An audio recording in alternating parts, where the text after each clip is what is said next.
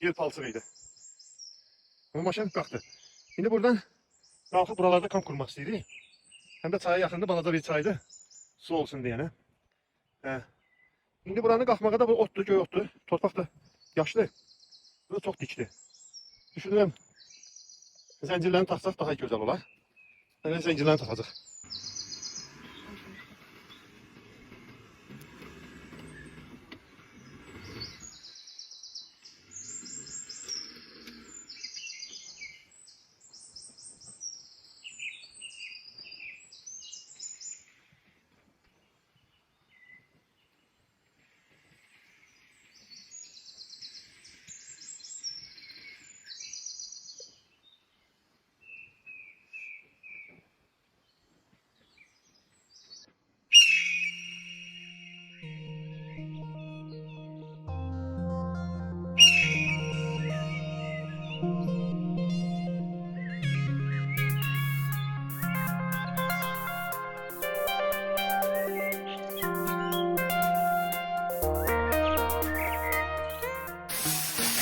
Kampımızı burada bulduk.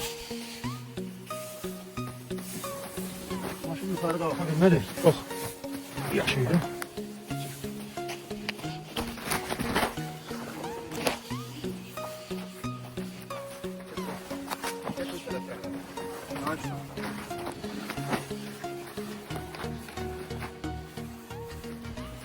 Çadırımızı doldururuq. Doldurup biraz tez oluyor.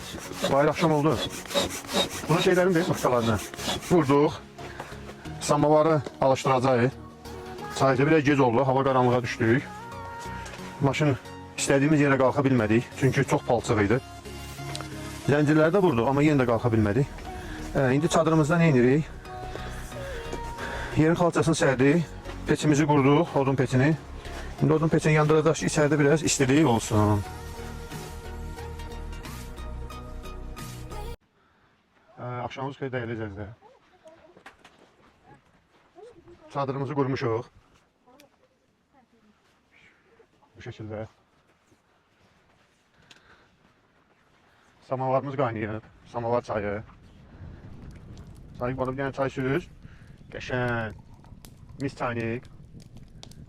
Mis dəm çayniki. Təmiz Lənkəran çayı. Kəşfiyyatı lahıc. Samavarımızdır. Rastorumuzdur.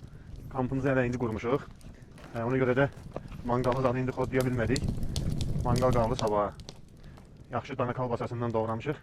Akşam bir balaca atışdırıq. Sonra da namaz. Herkese sabah xeyir. Səhər yuxudan durduq. Çox soyuq idi, dəhşətli dərəcədə. Gözə durub yenə də odunla doğrayıb teci qalmışıq. Bir də səhər yeməyi.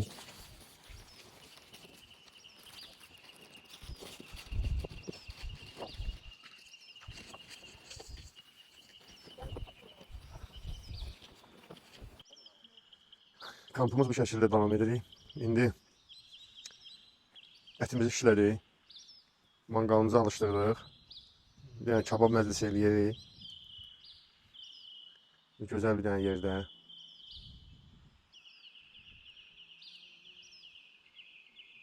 Buradan o yana yaşayış yoxdur da, yəni burası sondur.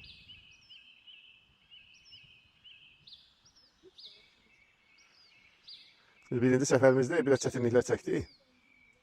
Ben istəyirdim yuxarı qalxım. Necə ot yaşdır, həm də yer də yaşdır. Burada çox dikdir. Yəni qalxa bilmədik. İstəyirdik o yaşıl yamaca qalxaq. Maşın düz onun ətəyinə kimi qalxdı, o dəriyə kimi. Oradan o yüzden yəni sep də vurduq, qalxmadı.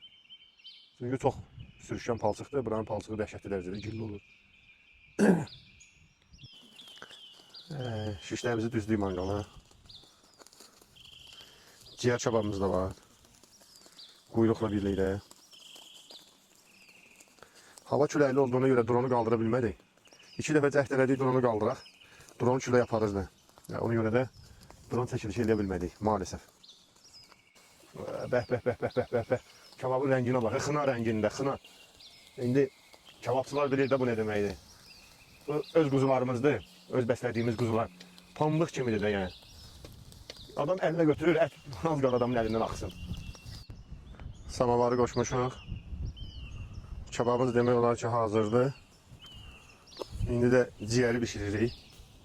Ciyər kebabı, quyruqlu ciyər kebabı.